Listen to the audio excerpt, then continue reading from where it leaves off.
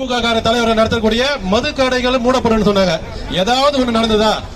நடந்தது எல்லாம் என்னன்னா, கள்ளக்குறிச்சியில கள்ளச்சாராயம் அருந்தி 59 உயிர்கள் பலியானது தான் நடந்தது. இதுதான் அவங்களுடைய சாதனை.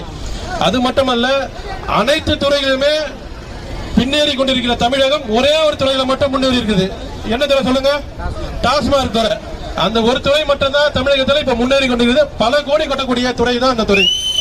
அந்த துறை பாத்தீங்கன்னா ஆளுங்கட்சி தான் நிறைய அந்த ஆலைகள்லாம் வச்சிருக்காங்க. எத்தனையோ தடவை சொல்லியிருக்காங்க. போன கொரோனா டைம்ல அந்தந்த தலைவர்கள் அவங்கவுங்க வீட்டு முன்னாடி கருப்பு சட்டை போட்டுக்கின்னு மூடுங்க மூடுங்க மதுக்கடையை மூடுங்க அப்படின்னு கோஷம் போட்டவங்க தான் இந்த ஆளுங்கட்சி. ஆனா இப்ப என்ன பண்றாங்க?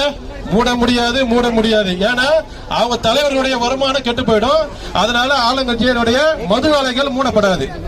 அதே போல சொன்னாங்க 10 மணிக்கு மேல எங்கேயாவது கடை திறந்திருக்கு பாத்துறீங்களான்னு கேட்டாங்க. இப்ப 24 hours